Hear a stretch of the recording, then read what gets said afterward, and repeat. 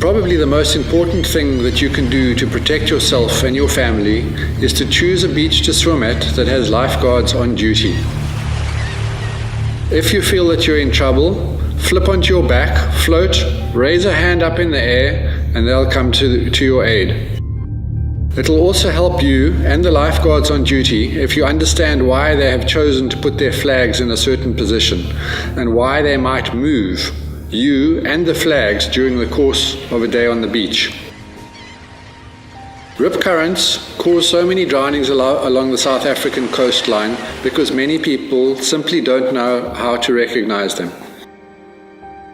Rip currents are formed because the water is brought into the beach as waves, and then it needs to get back out to sea. So what happens is the water runs sideways parallel to the beach, digging sand out as it goes, forming a feeder rip.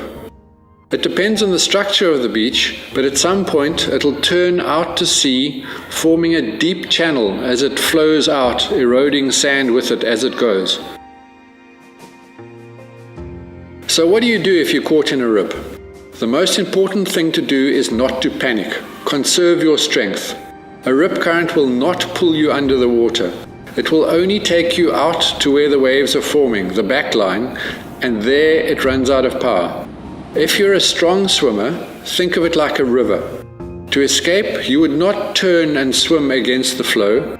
You would swim to the side of the river, to the banks. And in the case of a rip current, that means swimming parallel to the beach until you are out of the rip. Then use the waves over the sandbank to surf back to shore. The key for a person's survival is for the emergency services to get to that person as soon as possible.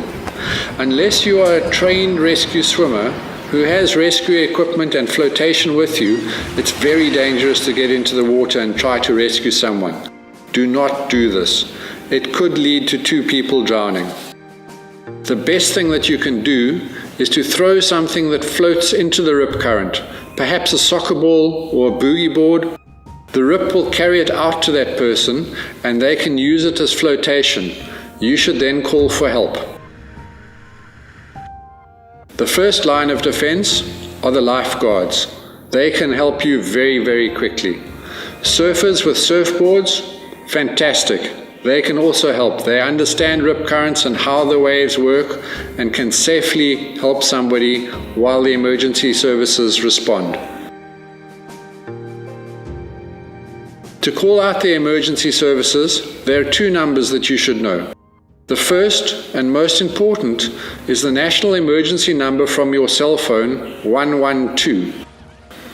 This number goes through to your service provider's emergency call center. They will reroute it to the closest emergency service that you require. The second number is the local sea rescue number.